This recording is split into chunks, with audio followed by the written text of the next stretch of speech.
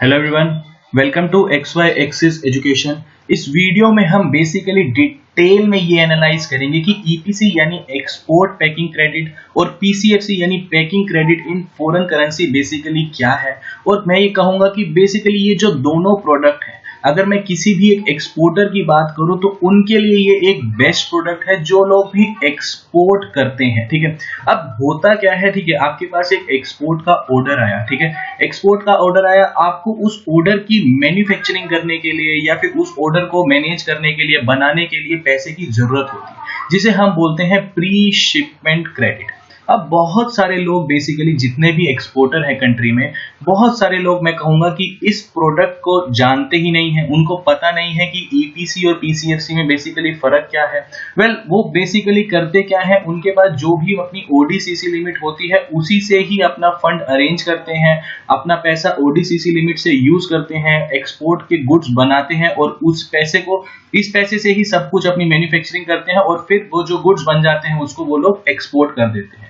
But EPC और पीसीएफसी में जहां गवर्नमेंट आपको सबवेंशन देती है, यहां पे मान लीजिए आपको इंटरेस्ट रेट 9 से 10% का लग रहा था, तो ईपीसी और पीसीएफसी में लगभग 3.5 से 4% का ही आपको इंटरेस्ट पे करना होता है। तो यहाँ पे बेसिकली हम ओडीसीसी लिमिट में जो ये 5% एक्स्ट्रा इंटरेस्ट पे कर रहे हैं, ये बेसिकली सिर्फ हम लैक ऑफ नॉलेज की वजह से ही पे कर रहे हैं। अब मैं कहूंगा इस केस में बहुत सारे लोग, ठीक है, अपने बैंक के पास जाते हैं, उनसे इंटरेक्शन करते हैं, बट वहां पे भी उनको डिटेल में समझ नहीं आ पाता कि बेसिकली ईपीसी और पीसीएफसी में फर्क क्या है। इस वीडियो में हम डिटेल में समझेंगे ईपीसी और पीसीएफसी में फर्क क्या है। बहुत ज्यादा एक फॉर्मल एनालिसिस करें उससे पहले मैं चाहता हूं कि एक बार हम साधारण शब्दों में समझ लें कि ईपीसी और पीसीएफसी बेसिकली क्या है। देखो, मान लीजिए आप एक एक्सपोर्टर है, ठीक है, तो आप एक एक्सपोर्टर है, आपके पास यहाँ पे आप एक एक्सपोर्टर है और इधर यूएसए में मान लीजिए आपका एक ओवरसीज बायर है, ठीक है, ये आपसे गुड्स खरीदना चाहता है, इसने आपको ऑर्डर दिया, ठीक है, कि मुझे जो है टी शर्ट्स चाहिए, नंबर कितनी भी हो सकती है, टी शर्ट चाहिए, मान लीजिए इसको 50,000 टी शर्ट्स चाहिए। अब आपके पास मान लीजिए 1 जनवरी को ऑर्डर आ गया, ठीक है, अब आपको क्या चाहिए होगा, ठीक है, आप सोचेंगे कि ठीक है मुझे ये वाला ऑर्डर मैन्युफैक्चर करना है, उसके बाद मैं इस ऑर्डर को क्या करूंगा, इसको एक्सपोर्ट कर दूंगा। अब मैन्युफैक्चरिंग के लिए आपको किस चीज की रिक्वायरमेंट होगी, पैसे की रिक्वायरमेंट होगी। अब पैसा कहां से मिलेगा, in the form of loan मिलेगा। अब लोन कहां से मिलेगा, बैंक से मिलेगा, ठीक है। अब बहुत सारे लोग क्या करते हैं कि ठीक है अभी मैन्युफैक्चरिंग के लिए पैसे की जरूरत है, तो अपनी जो उनकी ओडी और सीसी लिमिट होती है उसी का ही यूज कर लेते हैं, जिसके लिए उन्हें इंटरेस्ट पे करना पड़ता है 9 से 10% का। ये मैं कहूंगा कि बिल्कुल गलत चीज है। आप एक एक्सपोर्टर हैं, आपको सरकार बहुत फायदा देगी। देखो, एक्सपोर्टर है ना, जो भी भारत का जितना ज्यादा एक्सपोर्ट बढ़ेगा उतनी ही इंडिया की डेवलपमेंट होगी। तो इसके लिए गवर्नमेंट जो है सबवेंशन देती है एक्सपोर्टर्स को प्रमोट करने के लिए, बहुत हाई लेवल पे गवर्नमेंट सपोर्ट करती है एक्सपोर्टर्स को। तो आप उस चीज का फायदा क्यों नहीं उठा रहे, क्यों आप ओडी और सीसी लिमिट यूज कर रहे हैं। ओडी सीसी लिमिट बेसिकली जो डोमेस्टिक ट्रेडर्स होते हैं उनके लिए होती है। हमें यहाँ पे बैंक से ईपीसी या फिर पीसीएफसी लेनी चाहिए। अब ये ईपीसी पीसीएफसी क्या है, डिटेल में डिस्कस करेंगे। अभी एक बार समझ लेते हैं कि पूरा प्रोसेस है क्या। ये जो ईपीसी और पीसीएफसी है, इसको हम बोलते हैं pre shipment credit. Pre shipment credit यानी कि जब हमारे गुड्स को हम मैन्युफैक्चर करना चाह रहे हैं अपनी कंट्री में, उसका जो खर्चा होता है, उस लोन को, उसके लिए जो हमें लोन चाहिए बैंक से, उसको हम बोलते हैं प्री शिपमेंट क्रेडिट, जिसके प्रोडक्ट हैं ईपीसी और पीसीएफसी। अब यहाँ पे ठीक है, मैंने जो है यहाँ पे सब कुछ गुड्स वगैरह बना लिए और ये गुड्स जो है मैं इसको क्या कर दूंगा, एक्सपोर्ट कर दूंगा। बैंक ने आपको लोन दिया, ठीक है, आप बना लीजिए। जिस दिन बैंक आपको लोन देगा, बैंक ये बोलता है विद इन 180 डेज आपको ये पैसा वापिस मुझे लौटाना है। और लौटाना भी कैसे है, ऐसे नहीं कि आप अपने घर से पैसा दे दो, लौटाना भी किस फॉर्म में है, जो ये ओवरसीज बायर है ना, जिसने आपका गुड्स खरीदा है, ये वाले जो बायर पेमेंट करेगा, इसी पैसे से ही ये वाला लोन जो है खत्म होगा। ऐसा नहीं कि आपने मान लीजिए 1 करोड़ रुपए का लोन ले लिया और आप कल को बोलो कि ठीक है मेरी बाहर से तो पेमेंट नहीं आ रही, मैं एक काम करता हूं अपने घर से कैश आपको दे देता हूं और मेरा ये वाला लोन क्लोज कर दो। नहीं, जो आपने ओवरसीज बायर है उसको जो गुड्स भेजे हैं ना, वहां से जो पेमेंट आएगी उसी पेमेंट से ही ये लोन क्लोज होगा, ठीक है। अच्छा, ये ऐसा क्यों है बेसिकली, क्योंकि रिजर्व बैंक ऑफ इंडिया क्या बोलता है कि जितना भी गुड्स कंट्री से बाहर जाएगा उसके ही इक्विवेलेंट बाहर से फॉरेन करेंसी कंट्री में आनी चाहिए, या फिर अगर आप इंपोर्टर हैं तो आरबीआई क्या बोलता है जितनी फॉरेन करेंसी आप कंट्री से बाहर भेज रहे हो उसके इक्विवेलेंट बाहर से गुड्स आने चाहिए। ये सिंपल सा फंडा है ट्रेड का, ठीक है। अब बात आती है कि ठीक है, हमें समझ आ गया कि प्री शिपमेंट क्रेडिट क्या होता है, कि हमें जो गुड्स बनाने हैं इनिशियली एक्सपोर्ट करने के लिए, उसके लिए जो लोन लिया जाता है वो होता है प्री शिपमेंट क्रेडिट। तो ठीक है, ये भी समझ आ गया कि ईपीसी और पीसीएफसी में ओडीसीसी लिमिट से ज्यादा फायदा है, लगभग हमारा 5% ब्याज पे बच जाता है। तो अब इन दोनों में क्या फर्क है, अब सवाल ये आता है, ठीक है। अब ईपीसी और पीसीएफसी में आपको डिटेल में आगे स्लाइड में समझाऊंगा, बट एक बार साधारण शब्दों में यहीं पे ही समझ लेते हैं कि बेसिकली फर्क है क्या। देखो, ईपीसी यानी एक्सपोर्ट पैकिंग क्रेडिट और पीसीएफसी यानी packing credit in foreign currency, ठीक है। जब आप बैंक के पास जाएंगे, मान लीजिए आज की डेट में जो डॉलर का रेट है $1 वो है 75 रुपीज का, ठीक है।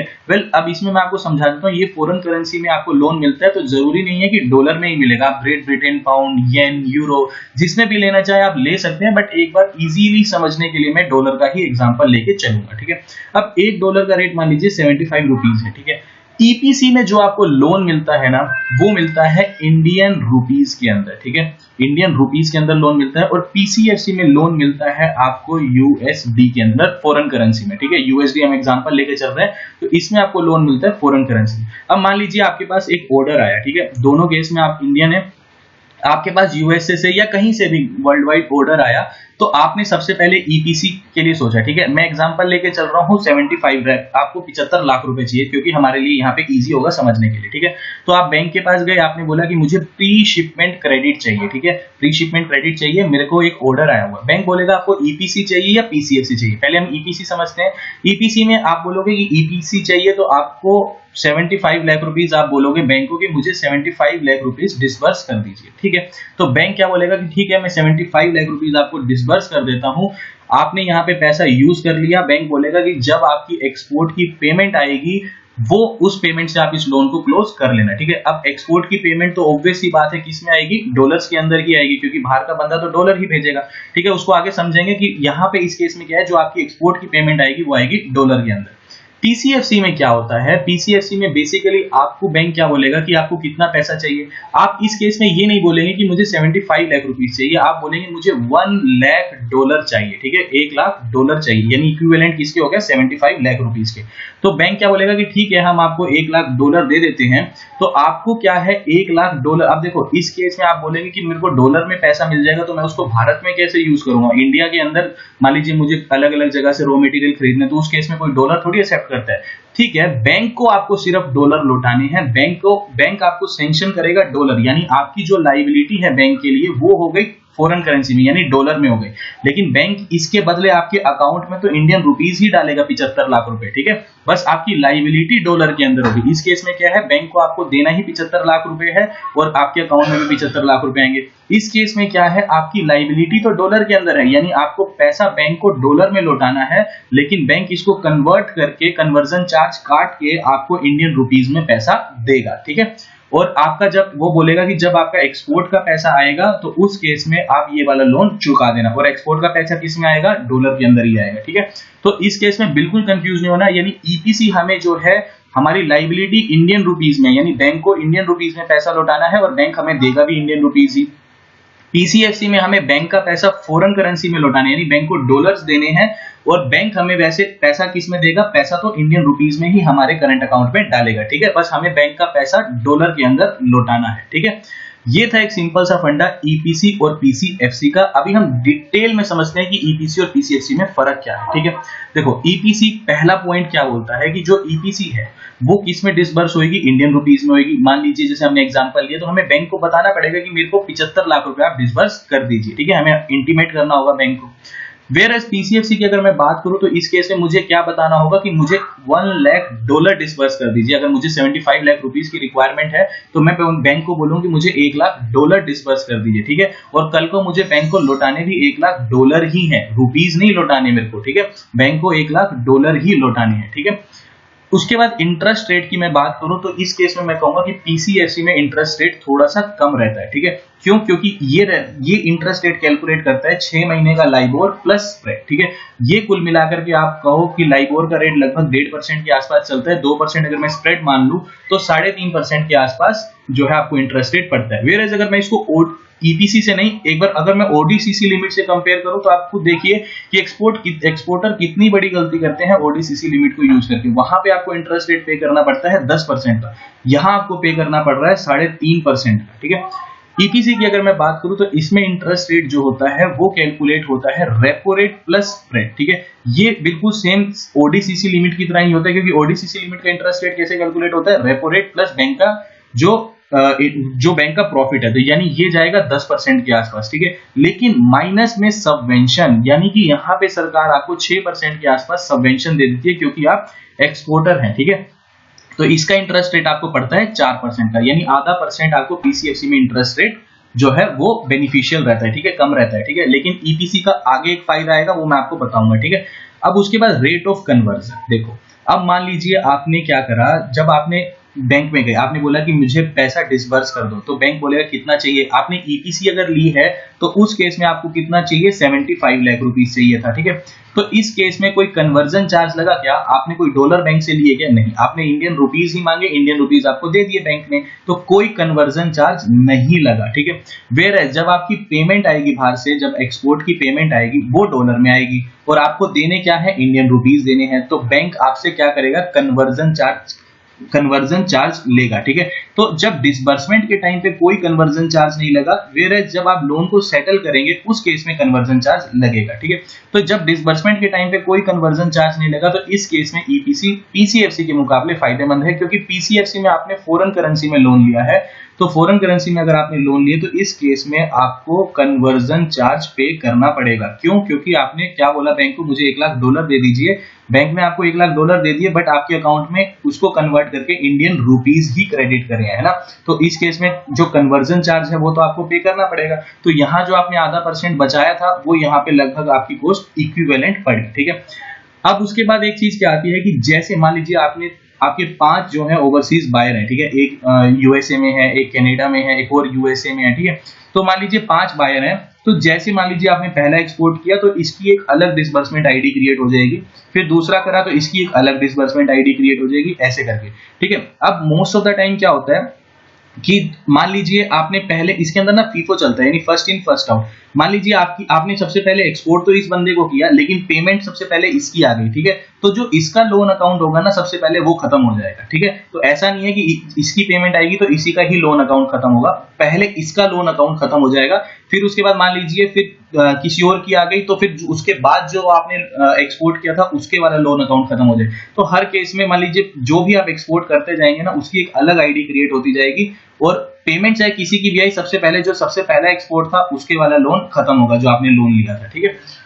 अब उसके बाद आती है बात कि टेन्योर क्या है, ठीक है। ये हम ऑलरेडी समझ चुके हैं, ईपीसी और पीसीएफसी दोनों ही केस में टेन्योर रहता है 180 डेज का। बैंक आपको क्या बोलता है कि ठीक है आप मेरे से लोन ले लीजिए, लेकिन जिस दिन पैसा मैं डिसबर्स करूंगा उसके 180 दिन के अंदर अंदर आपको पैसा रीपे करना है। लेकिन मोस्ट ऑफ द केसेस में बैंक क्या करते हैं, आपको सिर्फ 150 डेज का ही टाइम देते हैं, और बाकी के जो 30 डेज हैं इसको वो बोलते हैं ओवर ड्यू पीरियड। यानी जैसे 150 दिन खत्म होंगे ना, अगले 30 डेज आपके वो पीछे पड़ जाएंगे और बोलेंगे कि आप इस लोन को सेटल करिए, ठीक है।